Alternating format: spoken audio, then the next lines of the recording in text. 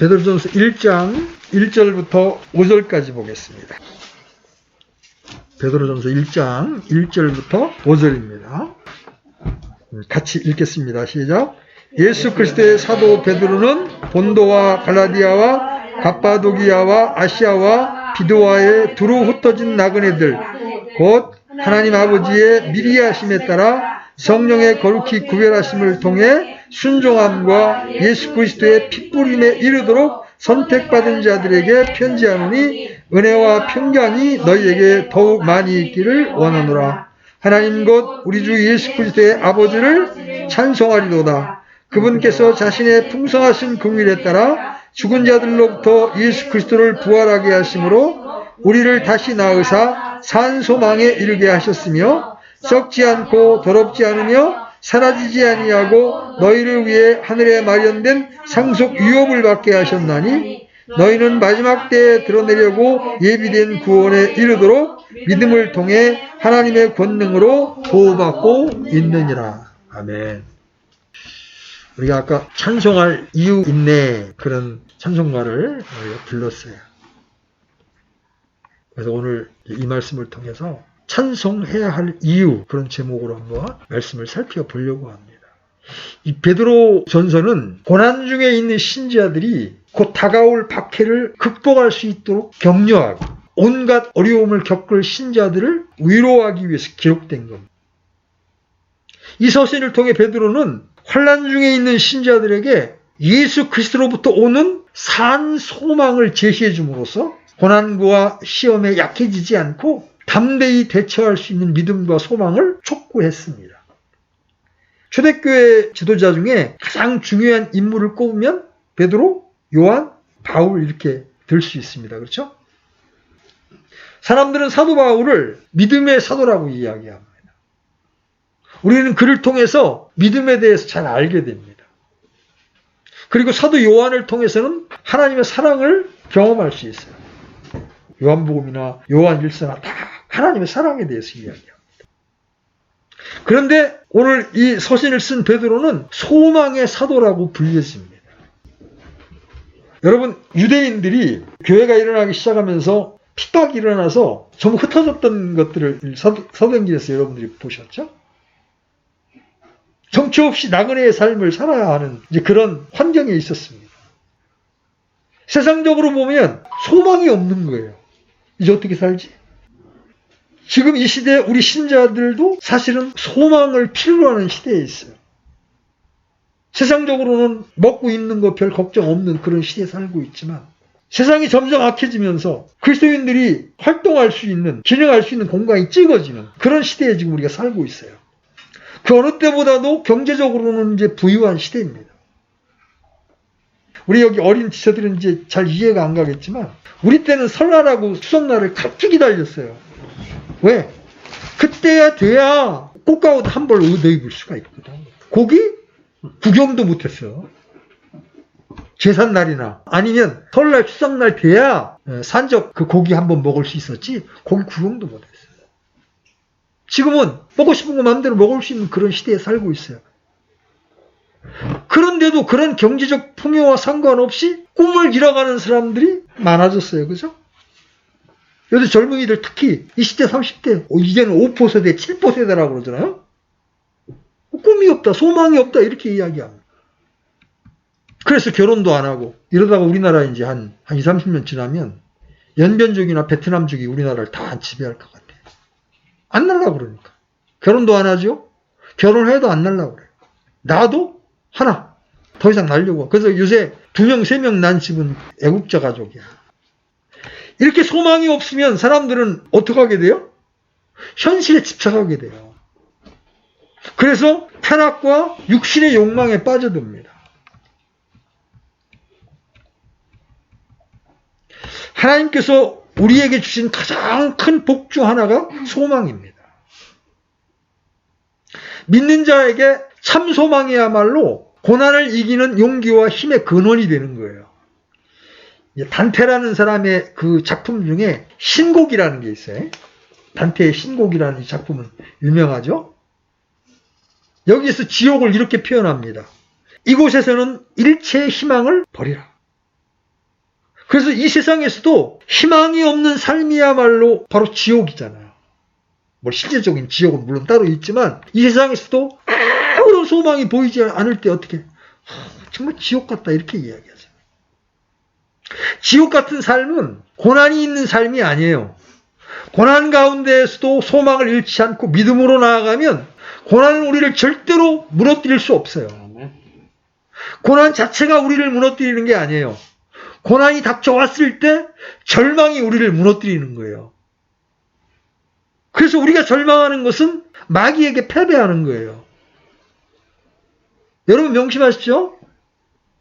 절망은 누가 좋아하는 거다? 여러분이 어떤 상황을 보고 절망하는 건 누가 좋아하는 거다? 마귀가 좋아하는 거다. 그래서 우리는 우리에게 어떤 소망이 있는가를 바라봐야 돼. 이 베드로전서가 기록된 때의 시대적 상황은 교회가 핍박을 받을 때였어요. 여러분 쿠어바디스라는 영화를 보면 그 시대의 모습을 잘 알 수 있습니다. 당시 네로 황제가 통치하고 있던 때로서 그 네로 황제의 광기는 극에 달해서 네로는 로마의 구도시를 불태워버리고 그 책임을 교회와 기독교인에게 뒤집어 씌웠습니다. 기독교인들은 단지 예수님을 믿는다는 이유만으로 체포되어서 매를 맞고 심지어 로마의 원형 경기장에 끌려가서 맹수, 사자나 호랑이의 밥이 되는 등 온갖 참혹한 핍박을 받았습니다. 베드로는 그 핍박 가운데에서도 성도들에게 소망을 가져 핍박을 이기도록 서신을 통해서 권면하고 있는 거예요. 베드로 사도 자신도 고난을 아는 사람으로서 실패를 경험했던 사람입니다. 복음서를 보면 베드로 사도는 열정적인 사람임을 알 수 있어요. 또 무척이나 충성스러운 사람이었습니다. 그는 단순하고 순전한 사람으로 두마음을 품지 않았습니다. 우직한 사람이고 남자다운 사람이었어요. 이런 유형의 사람은 배반의 아픔을 견디기 힘들어합니다. 자신이 예수님을 배반했다는 사실, 사랑하는 주님을 부인하고 도망갔다는 사실은 이런 성품을 가진 그에게는 견디기 어려운 고난이고 슬픔이었습니다. 복음서를 보면서 이해하기 어려운 부분 중 하나가 요한복음 21장의 내용이에요. 베드로는 예수님을 부인하고 나서 부활하신 예수님을 다시 만나게 됩니다. 예수님은 베드로를 여러 차례 만나주시죠? 그런 예수님의 부활을 직접 목격합니다. 그렇다면 그가 다시 일어나서 교회를 수습하고 사람들을 다시 모아서 믿음의 경주를 계속해야 하지 않겠습니까? 그러나 의외로 그는 다시 갈릴리로 돌아가서 고기 잡는 생활을 합니다. 그가 예수님을 만나기 전이었다면 고향에서 고기를 잡는 모습은 자연스러운 모습일 수 있어요. 그런데 여러 차례 부활하신 예수님을 만나고 난 직후에 낙행을 감행한 것은 이해하기가 어렵죠. 그 이유는 어쩌면 베드로 자신이 부활하신 예수님을 만났다는 그 사실에 더 큰 부담을 느꼈을지도 몰라요. 예수님은 부활하셨지만 베드로는 자신에 대해서 절망하고 있었을 겁니다. 예수님을 부인했던 내가 어떻게 부활하신 예수님께 또 나갈 수 있나 이렇게 생각하고 있었을지도 모릅니다. 그는 부활하신 예수님을 보고는 그때 믿음을 지켰더라면 이렇게 후회했을지 몰라요. 그는 절망감과 후회하는 마음으로 죄책감을 안고 나 고기나 잡으러 갈란다 그러면서 낙향을 했습니다. 그런데 예수님은 그런 그를 사랑하셨고 다시 세워주셨습니다. 예수님은 베드로에게 참 소망이 되시는 거예요. 그는 넘어졌던 사람으로서 실패와 고난의 아픔을 아는 사람이에요. 그는 그렇기 때문에 고난을 이기는 힘이 믿음과 소망의 힘이라는 것을 알고 있었어요. 그래서 그는 믿음과 소망으로 빡받고 있는 성도들을 위로하고 있는 거예요. 자, 1장 1절 보십시오. 수신자가 나옵니다. 이 수신자들이 누구냐면 예수 그리스도의 사도 베드로는 본도와 갈라디아와 갑바도와 아시아와 비두니아에 두루 흩어진 나그네들이에요. 베드로는 흩어진 나그네들에게 베드로전서를 기록하고 있습니다. 이들은 예수님을 믿는 믿음 때문에 강제 추방을 당해서 흩어진 사람들이었습니다. 그리고 그들은 나그네가 돼버린 거예요. 고향 땅에서 정착하고 안정된 삶을 살고 싶었지만 핍박 때문에 어쩔 수 없이 흩어진 사람들이었습니다. 그들은 도덕적으로나 윤리적으로 또는 법적인 잘못을 했던 사람들이 아니에요. 오직 예수를 믿는다는 그 이유 때문에 쫓겨다녀야 했던 사람들입니다. 영적으로는 우리도 이 세상에서 낯선 사람이요 나그네들입니다. 우리의 본향은 하늘에 있기 때문입니다. 우리는 이 세상의 한복판에서 믿음으로 살아야 하지만 우리는 세상에 속한 자가 아니에요. 예수님은 내가 너희를 세상 가운데 보내지만 너희는 세상에 속한 자가 아니라고 말씀하셨습니다. 우리는 이 땅에 복음의 사명을 위해 잠깐 머물다가 떠나가는 거예요. 그래서 신자들은 온갖 좋은 거 다 먹으면서 그냥 오래 살려고 아둥바둥하는 사람들이 아니에요. 왜? 우리가 있는 이 땅이 영원히 거할 곳이 아니기 때문에 그래요. 옛날에 하용조 목사님 살아계셨을 때 그 목사님은 자기 교회에서 7년을 교육받으면 무조건 다른 교회로 가라고 말했습니다. 쉽지 않은 용단이죠. 그것은 진리로 양육을 받은 후에 7년 정도는 배울 걸 배운다는 거예요. 받은 후에 흩어져서 작은 교회를 섬기면서 나그네로 살라는 겁니다. 그리고 흩어져서 가는 곳마다 사도행전처럼 생명의 역사를 일으키라는 거예요. 하나님의 왕국이 확장되고 예수님의 이름이 높여지는 역사가 일어나야 한다는 거죠. 근데 성경을 봐도 믿음으로 즐거이 떠나는 사람이 별로 없었습니다. 대부분의 사람들은 핍박으로 흩어졌습니다. 그러나 그들이 가는 곳마다 주께서 함께 하셨고 복음의 역사가 일어났습니다. 우리는 나그네로 살아야 하기 때문에 때로는 억울한 일을 당하고 권리를 누리지 못하고 살아야 할 때가 있습니다. 예수님은 그분을 따르는 사람들에게 평안을 약속하셨지만 그것은 세상의 평안이 아니에요.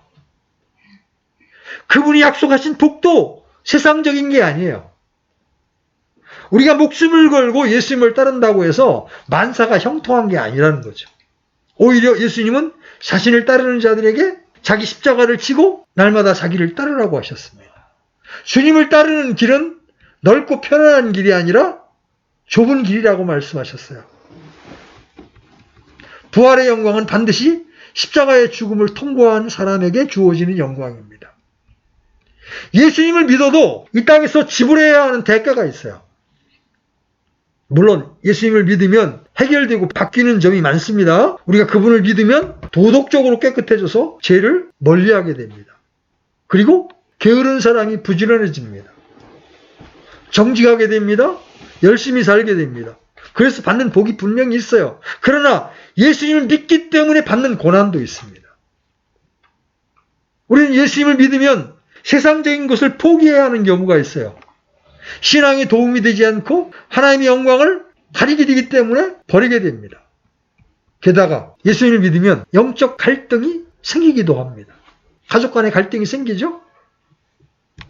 그냥 옛날 같으면 갈등이 생기면 어떻게 그냥 같이 소리 높여 싸우기라도 할 텐데 이제는 예수님을 믿어서 그렇게 싸우지도 못합니다. 이것만도 작은 문제가 아니에요. 우리 삶에는 예수님 때문에 당하는 어려움이 있지만 그것을 억울하고 힘들게 여기지 마십시오. 우리가 나그네이기 때문에 당연한 일입니다. 그리스도인들이 이 땅이 전부인 것처럼 뿌리를 내리고 살 때 오히려 교회와 믿음의 위기가 찾아옵니다. 여러분 창세기부터 요한계시록을 보십시오. 믿음의 사람들은 모두가 나그네로 살았어요. 야곱의 경우도 바로가 나이를 묻자 130년의 나그네 세월을 살았지만 조상들에 비해서는 짧은 세월을 험악하게 살았다고 대답을 합니다. 늘 여행하는 사람이 많은 집을 가지고 다니면서 가는 곳곳마다 집을 짓고 사는 것은 어리석은 일입니다. 그렇죠? 나그네이기 때문에 간단하게 꼭 필요한 것만을 가지고 영원한 본향을 향해서 나아가야 하는 삶이 그리스도인의 삶이에요. 이 땅의 사람들이 때로는 우리를 무시하고 우리가 억울한 일을 당하지만 그것은 우리가 하나님께 버림받은 사람이기 때문에 당하는 일이 아님을 기억해야 합니다. 자, 2절 보십시오. 2절. 곧 하나님 아버지의 미리 하심에 따라 성령의 거룩히 구별하심을 통해 순종함과 예수 그리스도의 핏부름에 이르도록 선택받은 자들에게 편지하노니 은혜와 평강이 너희에게 더욱 많이 있기를 원하노라. 자, 1절에 보면 나그네라는 표현이 나와. 우리는 나그네라는 이 단어에서 굉장히 고단한 삶을 연상할 수 있습니다. 그렇죠? 근데 이 나그네라고 불려진 사람들의 하나님 앞에서의 영적 신분이 어떠한가를 베드로가 이제 상기시켜주고 있는데 어떤 사람들이에요? 하나님께 선택된 사람들이라고.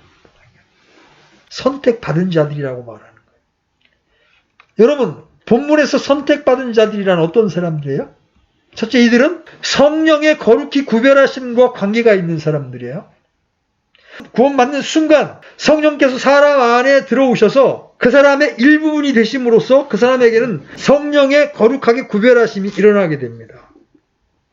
이 구절이 말하는 것은 여러분이 주 예수 그리스도를 믿고 그분을 여러분의 구주로 영접하는 순간 여러분은 성령의 거룩하게 하심을 받게 된다는 말이에요. 이것은 구원이 따로 있고 성령의 거룩하심이 따로 있다는 말이 아니에요. 이것은 함께 일어나는 일입니다. 둘째로 이들은 예수 그리스도의 순종함과 핏부림에 이르도록 선택된 사람들입니다. 이 선택이라는 말만 나오면 절대 예정론을 신봉하는 칼빈주의자들은 우리는 처음부터 예정되었고 선택되었지 않느냐 이렇게 말하지만 성경이 말씀하시는 선택은 그런 의미가 아니에요. 하나님께 순종하고 예수 그리스도의 핏부림을 받기 전에는 선택이 발생하지 않습니다.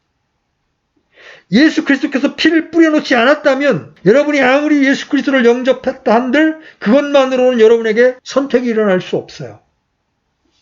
반면에 예수 그리스도께서 아무리 피를 뿌려놓았다 한들 여러분이 하나님께 순종하여 복음을 받아들이지 않았는데도 여러분에게 선택이 일어나겠습니까?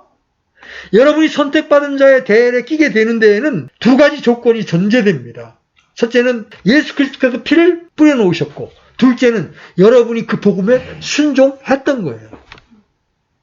여러분이 복음에 순종하여 예수 그리스도께서 여러분의 죄들을 위해 피를 흘리셨음을 믿었을 때 비로소 여러분은 하나님의 선택을 받았던 거예요. 그래서 복음서에 보면 부르심을 받은 자는 많은데 선택받은 자는 적더라.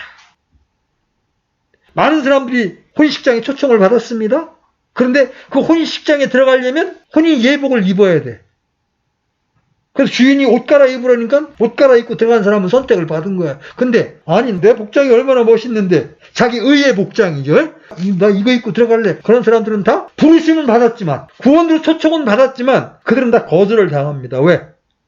주인이 요구하는 의복을 안 입었잖아요. 구원받은 사람은 어떤 사람이에요? 예수 그리스도의 핏부림만이 우리를 구원할 수 있다는 그분의 의를 우리는 받아들였기 아멘. 때문에 우리가 선택을 받은 거예요. 아멘? 아멘. 그리고 선택을 받는 데에는 또 중요한 조건이 있어요. 바로 하나님의 미리 아심. 이게 조건이에요.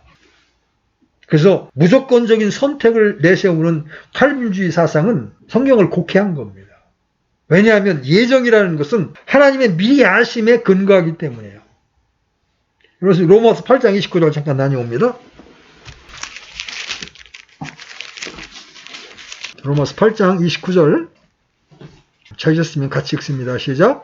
그분께서는 자신이 미리 하신 자들을 또한 예정하사 자신의 아들의 형상과 같은 모습이 되게 하셨나니 이것은 그분이 많은 형제들 가운데에서 처음 난 자가 되게 하려 하심이라.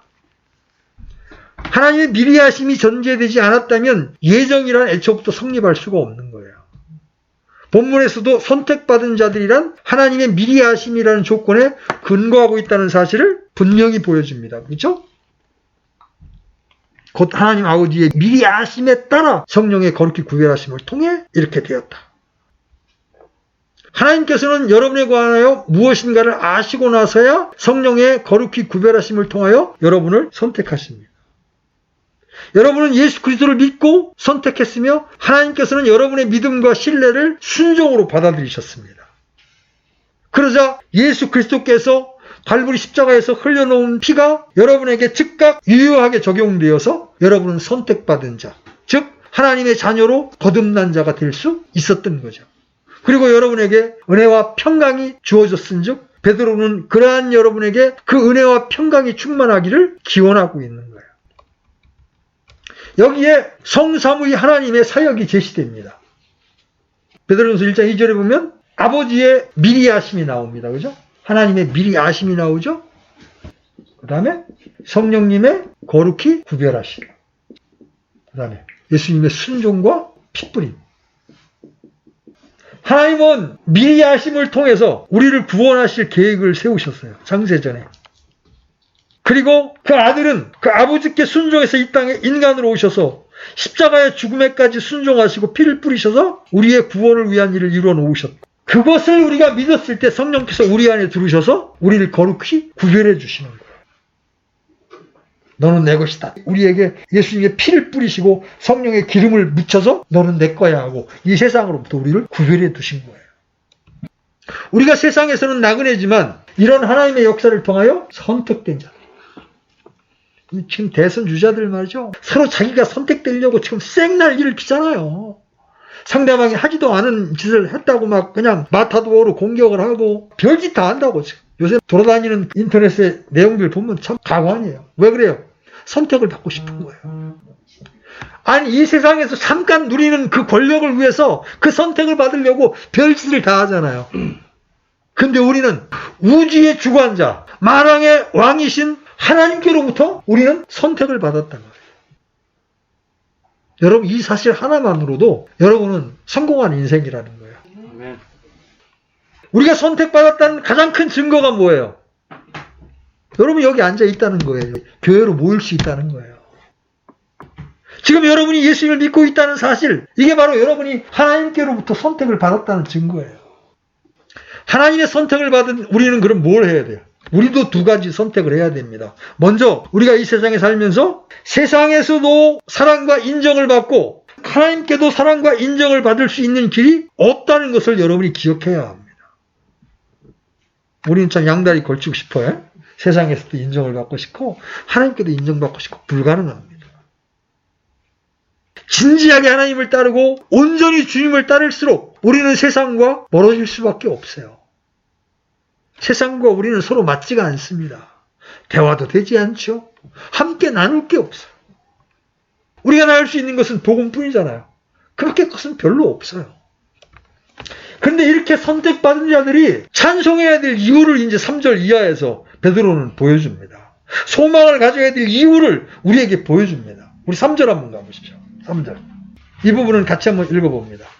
3절 시작. 하나님 곧 우리 주 예수 그리스도의 아버지를 찬송하리도다. 그분께서 자신의 풍성하신 긍휼에 따라 죽은 자들로부터 예수 그리스도를 부활하게 하심으로 우리를 다시 낳으사 산 소망에 이르게 하셨으며. 자, 베드로는 인사말을 마친 후에 바로 하나님 아버지를 찬송합니다. 베드로가 우리라고 지칭하는 부류의 사람들은 거듭난 유대인들이든 거듭난 이방인들이든 모두를 지칭할 수 있는 대명사입니다. 그렇죠? 그러면 그분이 찬송받으셔야 할 이유가 무엇입니까? 고난 가운데 있지만 나그네로 이 땅에서 어렵게 살고 있지만 신자가 찬송해야 할 이유가 무엇입니까? 그것은 첫째로 그분이 우리를 낳으셨기 때문입니다. 아담 아래 태어난 우리는 영적으로 죽은 자들이었습니다. 그렇죠? 범법과 죄들 가운데 죽었던 너희를 살리셨도다. 죽었던 자들이에요. 그런데 그런 우리를 하나님께서 다시 태어남, 거듭남의 방법을 통해서 우리를 다시 살리신 거예요. 여기에 하나님의 긍휼이 있죠? 긍휼이 뭐예요? 불쌍히 여기는 거예요. 마땅히 심판을 받아야 하는데 불쌍히 여기시고 벌을 주지 않는 거예요. 하나님께서 우리를 끝까지 참으시는 긍휼로 구원하셨습니다. 여러분, 우리가 복음을 듣고 바로 받아들였습니까? 거절하고 거절했습니다. 바울은 교회를 잔해하던 자신이 받은 긍휼을 이렇게 고백합니다. 디모데전서 1장 13절로 15절 열어보십시오. 디모데전서 1장 13절로 15절.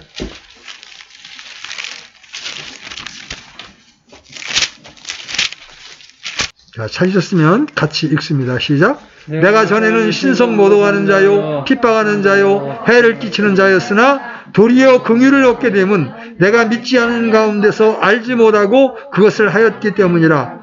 우리 주의 은혜가 그리스도 예수님 안에 있는 믿음과 사랑과 함께 넘치도록 풍성하였도다. 이것은 신실한 말이요 온전히 받아들이기에 합당한 말이니 곧 그리스도 예수님께서 죄인들을 구원하시려고 세상에 오셨다는 말이로다. 죄인들 중에 내가 우두머리니라. 하나님께서 우리를 긍휼히 여기시되 그냥 죄를 용서하실 수 없기에 이 땅에 우리 죄를 담당하시는 하나님의 어린 양을 보내셔서 우리를 위해 죽게 하셨고 우리의 의롭다함을 위하여 예수님을 죽은 자들로부터 일으키셨습니다. 베드로전서 1장 3절 본문에서 우리 다시 태어남에 대하여 피를 뿌리신 속죄의 사역을 말하기보다 그분의 부활을 언급하고 있음을 여러분 주목해 보십시오. 왜 그럴까요?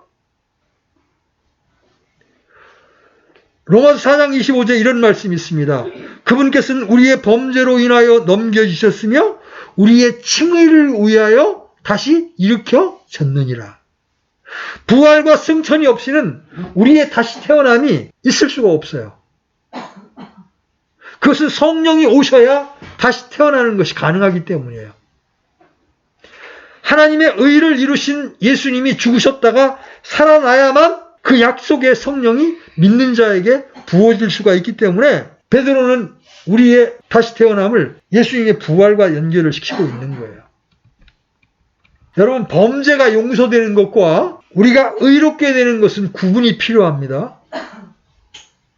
죄의 용서는 속죄의 방면이지만 의롭게 되는 것은 하나님의 의이신 그리스도를 소유해야 하는 거예요. 요한복음 3장에서는 이 다시 태어남에 대해서 선명하게 말씀해 주고 계시죠. 성령으로 난 것은 영이니. 언제 성령이 임합니까? 예수님이 십자가에서 나를 위해 죽으셨고 그분의 죽으심과 피 흘리심으로 내 모든 죄가 용서되었다는 사실을 믿을 때 성령님이 우리 안에 들으셔서 우리를 다시 태어나게 하는 거예요. 그렇게 해서 우리는 하나님의 자녀로 태어난 거예요. 여러분이 이 다시 태어났다는 것이 그냥 별거 아닌 것처럼 생각될 수 있지만 이것처럼 놀라운 게 없습니다. 그래서 이것은 죽었던 자가 살아난 것이고 우리가 이제 하나님의 자녀로 하나님의 가족으로 다시 탄생했다는 걸 의미하는 거예요. 찬송할 이유 첫 번째, 하나님께서 우리를 낳으셨다. 그런데 우리를 낳기만 하고 그냥 내박혀 놓으면 아무 의미가 없어요. 그런데 하나님은 우리를 다시 태어나게 하신 다음에 어디에 이르게 하셨어요? 베드로전서 1장 3절에 의하면 산 소망에 이르게 하셨다. 우리는 소망이 없던 자들이었습니다. 그러나 긍휼이 풍성하신 하나님께서 이 땅에 독생자를 보내시고 그 예수님을 불의한 우리를 대신하여 죄가 되게 하심으로 죽은 자들로부터 부활하게 하심으로 그분을 믿는 자들을 다시 낳으셨다, 거듭나게 하신 거예요. 그리고 거듭난 자에게 산 소망을 주셨습니다. 비록 우리가 이 땅에서 환영을 받지 못하고 억울한 일을 당하지 못하지만 감사해야 할 이유 중 하나는 산 소망을 가진 자가 되었다는 것이죠. 여러분, 산 소망이 뭐예요? 진짜 소망이라는 말이에요. 이 세상의 소망은 막연한 기대입니다. 그죠? 야, 그래도 희망을 잃지 마. 꿈은 이루어진다. 안 될 줄 알면서 막연한 희망을 갖는 것은 죽은 소망이에요. 그러나 우리가 거듭나서 갖게 된 소망은 100% 확실한 소망입니다. 여기서 산 소망이라고 할 때 라이블, 생기 있는 소망이라는 거예요. 이 소망은 성경에서 복된 소망이라고도 불려집니다. 우리의 복된 소망이 뭐예요? 그리스도의 나타나심이에요. 그때 우리는 우리를 힘들게 하는 죄, 세상의 모든 문제로부터 해방이 됩니다. 그리고 주님 오실 때 우리는 들림을 받습니다. 어떤 몸으로? 영광스러운 몸으로. 강한 몸으로. 썩지 아니할 몸으로. 산소망이에요, 산소망. 자매도 그렇고 저도 그렇고 몸이 점점 약해져 가는 걸 이제 느껴요. 하루하루가 이제 달라져 가는 걸 느껴요. 우리에게 이 썩지 아니할 몸으로의 부활, 강한 몸으로의 부활, 영광스러운 몸으로의 부활에 대한 소망이 없다면 우리는 낙심할 수밖에 없어요. 힘도 빠지고 모두 제대로 할 수 없는 그런 이제 때가 되면 정말 소망이 없어. 근데 우리는 산 소망을 가지고 있다. 이 땅에서 우리가 예수님을 잘 믿고 성령 충만하게 살았다고 세상이 박수를 쳐주지 않습니다. 오히려 그런 신자들은 세상과 가족과 친구들로부터 따돌림을 받습니다. 만약 신자가 세상이나 불신가족과 아무런 갈등이 없다면 진짜 하나님의 사람이 아니라는 것일 수도 있어요. 하나님 앞에서 인정받는 자로 설 때 세상에서 손해보고 핍박받을 때 우리는 오히려 찬송하고 감사해야 합니다. 유대인에게는 민족의 회복이라는 산 소망이 있고 거듭난 그리스도인들에게는 주님의 재림을 기다리는 산 소망이 있는 거예요. 이 복음이 가진 능력이 얼마나 위대한지 아십니까? 제가 구원받기 전에 직장에서도 일도 지겹도록 풀리지 않아. 육체적으로도 병약해졌는데다가 정신적으로도 피폐해져서 3개월간 잠을 못 잡니다. 불면증에 시달리면서. 그러니까 세상에 일어나는 모든 일이 부정적이에요. 그때 정민이가 아장아장 걷고 있었고 성찬이는 잠에 등 뒤에 맨날 이렇게 업고 다니던 그 시절이었는데 아무런 소망이 보이지 않는 거예요. 살아야 될 이유조차 보이지 않는 거예요. 그런데 복음을 통해서 다시 나고 보니까 모든 것이 긍정적이 돼요. 근데 기이하게도 그때 직장에서 그 인성검사 테스트를 그 즈음에 했어요. 구원받기 전에 제가 써낸 건 다 부정적이야. 살고 싶지 않다. 꿈이 없다. 다 부정적이야. 근데 복음이 제 마음에 딱 들어오고 난 이후에는 다 바뀌어. 항상 4번을 찍던 번호가 다 1번이야. 살 맛이 있다. 살 소망이 있다. 희망이 있다. 환경은 아무것도 바뀐 게 아닌데. 건강이 나아진 것도 아닌데. 복음이 마음 안에 들어오면서 제 마음에 하나님이 산 소망을 넣어주신 거예요. 상황은 절망적이고 언제 좋아질지 알 수 없다 해도 세상이 알 수 없는 소망과 힘을 가지고 있는 사람. 이게 바로 우리 그리스도인들이에요. 그래서 우리는 어떤 경우에도 절망하거나 낙담하지 않습니다. 오히려 상황이 어려워질수록 담대하게 소망을 갖습니다. 영적인 큰 인물 가운데 제시펜 루이스라는 자매가 있어요. 십자가의 도라는 책을 쓴 자매가 있는데 이 자매의 가정 환경이 신앙할 수 없는 환경이었어요. 남편은 계속 바람 피우고 바깥으로 돌아다니는 거예요. 집에서 주부일을 하는 자매를 시어머니는 그렇게 빠할 수가 없는 거예요. 근데 그 자매가 나중에 어떻게 간증하느냐면 그런 시어머니와 그런 남편이 없었다면 자기는 주님을 그렇게 목숨 걸고 찾지 않았을 거라는 거죠. 그런 환경이 자기로 하여금 오직 주님만을 바라보고 십자가에 자기의 모든 애착을 넘기우는 실제를 경험할 수 있는 기회였다고 고백하는 걸 제가 보고 그렇구나. 여러분 우리가 산 소망을 가지고 있게 되면 나를 둘러싼 환경이나 형편이 오히려 나를 주님께 더 가까이 가기 위한 훈련의 도구의 역할을 하게 된다는 것을 여러분들이 기억하시고 어떤 경우라도 낙심하지 마시고 어떤 경우라도 절망하지 마시고 주님을 찾게 되기를 바랍니다. 그때 여러분은 주님의 평안을 제바로 경험할 수 있어요. 세상도 희망을 가지려고 노력을 합니다. 그래서 적극적인 사고방식, 마인드 컨트롤 등 온갖 훈련을 합니다. 그렇죠?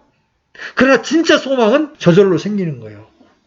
거듭나서 주님이 우리 안에 사시기 시작하면 말씀이 우리 안에 풍성히 거하기 시작하면 소망이 생기게 돼 있는 거예요. 신명기를 보면 12명의 정탐꾼이 40일 동안 가나안 땅을 탐지하고 돌아옵니다. 근데 그 정탐의 내용은 절망적이었습니다. 그러나 믿음의 사람 여호수아와 갈렙은 다른 사람들이 절망하고 있을 때 이렇게 말합니다. 하나님이 저들을 우리의 손에 붙이시면 저들은 우리의 밥이다. 이러한 담대함은 믿음이 주는 소망에서 비롯된 거예요. 이것이 믿음의 역사입니다. 어떤 환경하에서도 하나님이 나와 함께 하시면 이 모든 것은 아무것도 아니다. 여러분들이 그런 믿음이 여러분 안에 역사하게 되면 여러분은 낭만 가운데 소망을 찾을 수가 있는 거예요. 하나님의 비전과 소망은 지금 자신의 현실로 보면 낫지가 않는 것 같이 보입니다. 그죠? 그리고 지금 현재의 자신의 모습을 보면 자신이 거룩하게 되었고 하나님의 영광스러운 유업의 상속자라는 사실이 믿어지지가 않습니다. 그러나 성령이 함께 하시면 나도 예수님처럼 될 것을 믿게 되는 거예요. 이것이 믿음의 사랑입니다. 자신의 믿음과 능력으로 신앙생활을 하는 게 아니에요. 주님의 능력을 보는 것입니다. 그 능력에 의지해서 지금은 넘어지고 실수하고 연약하지만 자신을 변화시킬 것이라고 믿고 나아가는 사람이 믿음의 사람이에요. 물고기 2마리와 보리떡 5개를 가지고 5,000명을 먹이는 것은 불가능해 보였습니다. 그렇지만 하나님이 함께 하실 때 가능했습니다. 그렇죠? 우리가 믿음의 땅을 향해 나아갈 때 계산을 하면 결과는 절망적이에요. 계산적으로는 불가능한 것처럼 보입니다. 우리는 그런 것들이 하나님이 정하신 것이 아니라 사람들이 정한 것이 아닌가 의심을 하게 됩니다. 그러나 하나님은 더 황당한 일도 하실 수 있어요. 예수님은 겨우 12명의 사람을 택해서 땅끝까지 이르러 복음을 전하는 일을 맡기셨죠? 하나님은 자식도 없는 75세의 노인 아브라함을 택하셔서 하늘의 별과 바다의 모래 같은 많은 자손을 주리라고 약속하셨습니다. 우리 자신을 보면 계산이 나오지 않아요. 하나님의 일은 그분의 약속을 믿는 믿음으로 하게 됩니다. 우리가 죽음 앞에서도 담대한 것은 바로 산 소망이 있기 때문이에요. 우리가 지금 찬송할 이유를 지금 살펴보고 있는 거예요.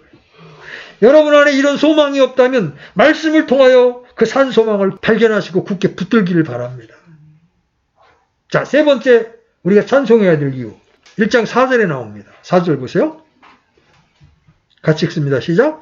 썩지 않고 더럽지 않으며 사라지지 아니하고 너희를 위해 하늘에 마련된 상속 유업을 받게 하셨나니.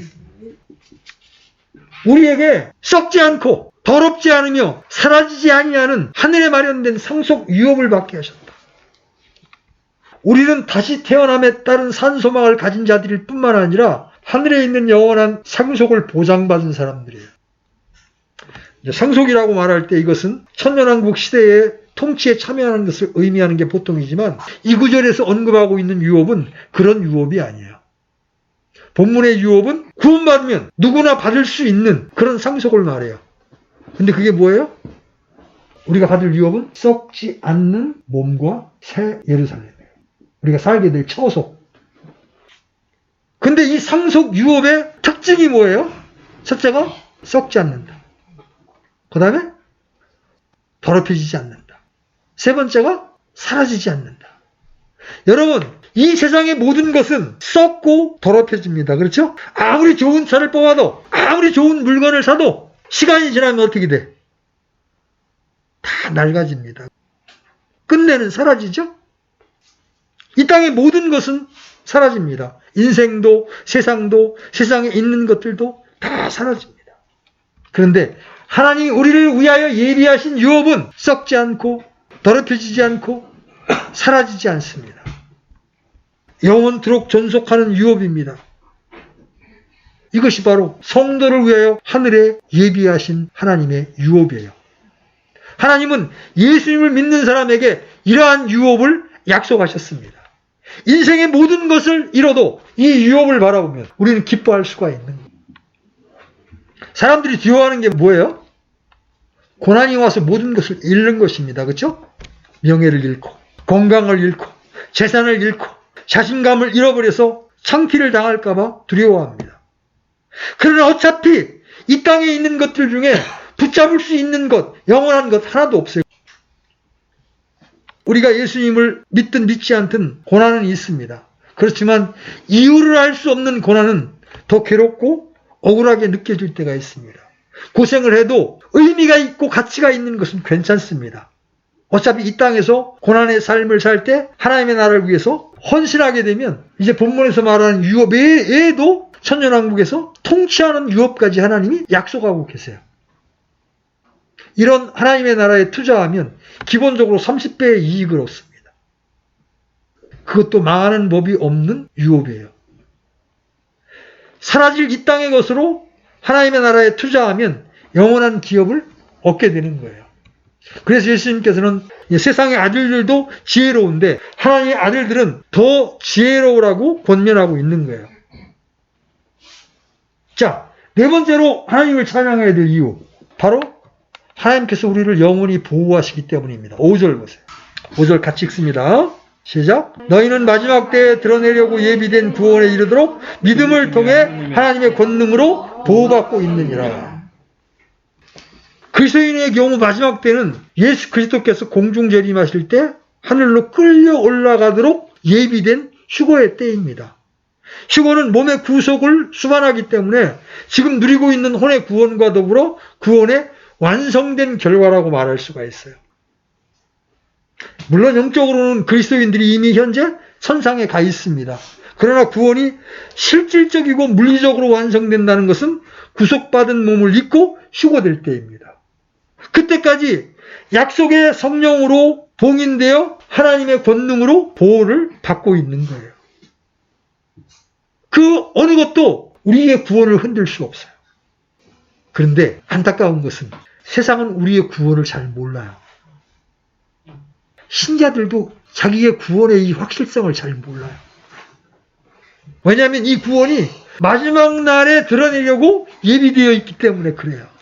그러다 보니까 이런 말씀을 분명하게 마음속에 조명을 받지 못한 사람들은 형편 앞에, 환경 앞에 무너지는 거예요. 그러나 이 말씀을 통해서 우리는 분명히 알게 됩니다. 하나님이 여러분을 자신의 권능으로 보호하고 계십니다. 하나님은 절대로 실수하지 않으십니다. 결국에는 우리가 승리하게 됩니다. 우리의 끝은 보장이 되어 있습니다. 그래서 우리는 죽음도 두렵지 않은 거예요. 여러분, 두렵게 하는 사탄의 역사에 속지 마십시오. 오늘 우리는 본문을 통해서 우리가 찬송해야 할 이유, 여러분이 찬송가를 부르거나 하나님을 찬양하게 될 때 여러분이 찬송해야 될 이유를 알아야 되는 거예요. 그 첫 번째가 뭐였어요? 말씀을 마무리합니다. 첫 번째가 하나님이 나를 거듭나게 하셨다. 하나님의 자녀로, 하나님의 가족으로 출생하게 하셨다. 그런 다음에 우리에게 산 소망을 주셨다. 그리고 우리에게 썩지 않고 오염되지 않고 사라지지 않는 유업을 약속하셨다. 그리고 우리를 하나님의 권능으로 보호하고 계신다. 여러분, 이 정도의 안전장치가 있으면 여러분이 찬송해야 할 분명한 이유가 되지 않겠습니까? 여러분이 어려운 환경에 처할 때, 여러분이 힘든 형편에 처할 때마다 하나님이 나를 위하여 해놓으신 일, 내게 주어진 산 소망, 여러분에게 약속된 유업을 여러분 기억하십시오. 오늘 내가 다 모든 것을 잃고 하나님 앞에 가도 나는 성공한 인생이라고 하는 이 복된 소망을 여러분들이 가지십시오. 그때 여러분은 두렵게 하는 마귀의 역사를 물리치고 주님 안에 평안을 누리고 우리 주변에 있는 사람들에게 여러분 안에 있는 산 소망을 말해줄 수 있는 자들이 되는 것입니다.